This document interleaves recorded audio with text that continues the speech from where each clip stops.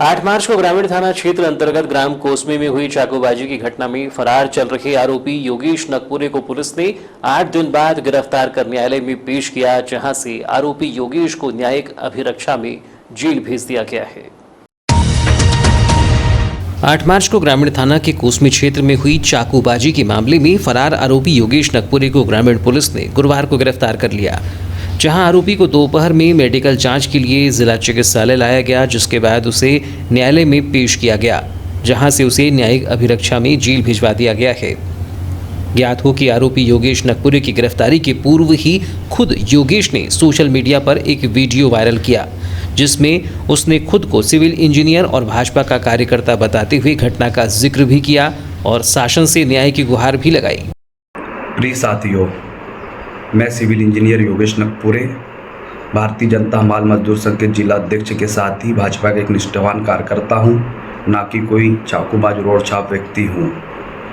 मैं आप लोगों से एक जानकारी साझा करना चाहता हूं, क्योंकि मेरे से पूरे ज़िले में राजनीतिक, सामाजिक और भावनात्मक तौर पर हज़ारों लोग जुड़े हुए हैं। 8 मार्च की बात है, मेरे पिताजी रोज़ की तरह खेत जा रहे थे। उन्हें रास्ते में रोककर शुभम सिहोरे द्वारा लात भूसों हाथों से मारपीट की गई, जिसके कारण हमारे गांव के लोगों में आक्रोश पैदा हुआ और यह घटना घटित हुई। मैं ईश्वर से कामना करता हूं कि वह लड़का शुभम सिहोरे जल्द स्वस्थ होकर अपने घर आए, और सभी सामाजिक नागरिकों से अपील करता हूं कि ऐसी घटना की कभी कहीं भी पुनरावृत्ति ना हो। मैं बहुत जल्द गिरफ्तारी देने वाला हूं और जिला प्रशासन से आग्रह करता हूं कि मेरे साथ अन्याय ना करे, न्याय करे। जय हिंद, जय भारत, भारत माता की जय, जय जय श्री राम। मामले में सीएसपी अंजुल एंक मिश्रा ने बताया कि कोसमी चाकूबाजी के मामले में तीसरे फरार आरोपी योगेश नकपुरे को गोंगलई से गुरुवार की प्रातः गिरफ्तार किया गया है। आरोपी से पूछताछ की जा रही है। कोसमी चाकूबाजी के मुख्य आरोपी गिरफ्तार किए गए, कहाँ से गिरफ्तार हुए? आज योगेश नकपुरे को भी सुबह गिरफ्तार कर लिया गया है। उसको गोंगलई के पास से रास्ते से थाने पर गिरफ्तारी देने शायद आ रहा था, तो वहीं से गिरफ्तारी की गई उसकी। सर, कहाँ पर आप क्या बताएं कि घटना बनी है? अभी उससे लगातार पूछताछ की जा रही है और गिरफ्तार करके माननीय न्यायालय में पेश किया जाएगा। उसमें आगे उसके द्वारा जो भी जानकारी दी जाएगी उसको हम रिकॉर्ड में लेंगे। तो सर, क्या रिमांड ले रही है? उसके बताए गए तथ्यानुसार रिमांड की मांग की जाएगी। फिर जानकारी के अनुसार आरोपी योगेश नकपुरे की निशानदेही पर पुलिस ने घटना में प्रयुक्त हुए हथियार जब्त करने कोसमी टोला के पास खेत में बने मकान में पहुंची, जहां से हथियार को भी बरामद कर लिया गया है।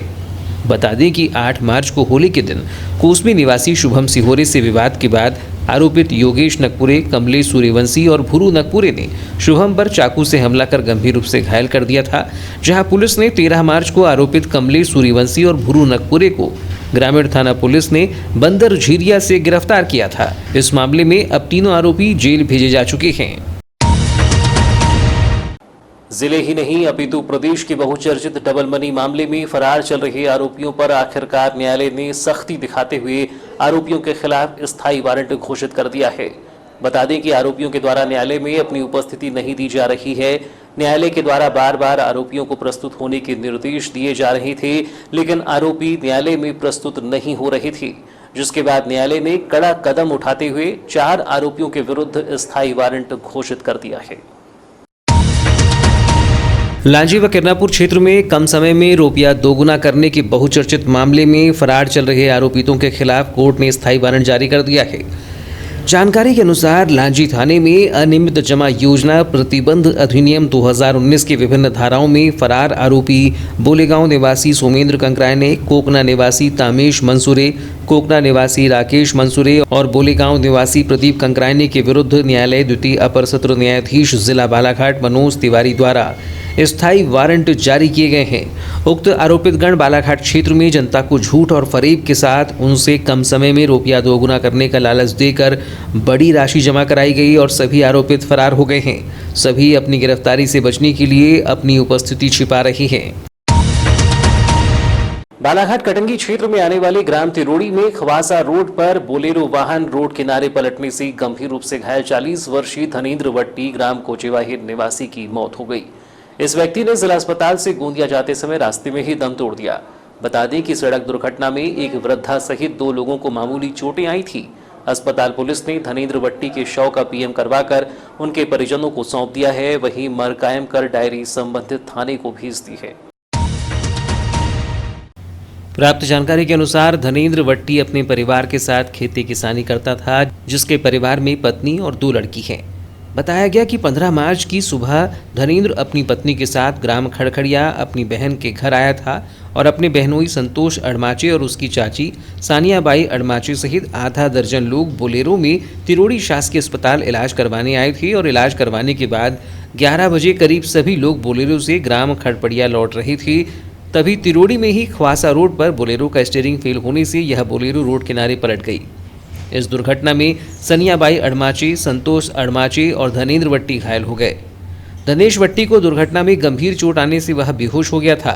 सभी घायलों को कटंगी के अस्पताल में भर्ती कराया गया, जहां से तीनों को बेहतर उपचार हेतु जिला अस्पताल बालाघाट रेफर किया गया था। 16 मार्च को धनेंद्र को उसके परिवार वाले इलाज हेतु एम्बुलेंस से गोंदिया ले जा रही थी, किंतु गंभीर रूप से घायल धनेंद्र की रास्ते में ही मौत हो गई, जिसे जिला अस्पताल बालाघाट लाया गया। डॉक्टर द्वारा मृत घोषित करने के बाद अस्पताल पुलिस ने मृतक धनेंद्र के शव का पीएम करवाकर उसके परिजनों को सौंप दिया और मर्ग डायरी अग्रिम कार्यवाही हेतु पुलिस थाना तिरोड़ी भिजवा दी है। अच्छा, कैसे क्या ये घटना हुई थी? ये मेरे पास आए थे आधार कार्ड बनाने के लिए। अब मेरे बाबू लोग से संपर्क है, तो मैंने इनको बुलाया था और वो आधार कार्ड बनाने गए थे और मेरे साथ में बैठे थे। कहाँ जाने निकले थे? तिरोड़ी। तो तिरोड़ी से वापस जा रहे थे सर। काय से? बोलेरो था गाड़ी।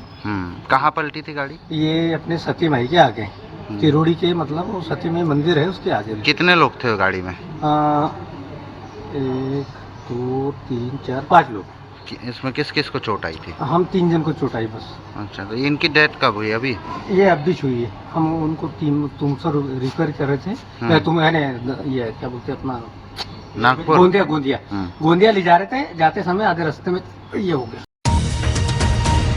भरवेली थाना क्षेत्र अंतर्गत ग्राम धापेवाड़ा में स्थित एक फैक्ट्री में नाइट ड्यूटी में तैनात सुरक्षाकर्मी की चोरी करने की नीयत से पहुंचे 3 बदमाशों ने जमकर पिटाई कर दी, जिसके बाद गंभीर अवस्था में घायल सुरक्षाकर्मी को जिला चिकित्सालय में उपचार के लिए भर्ती कराया गया है।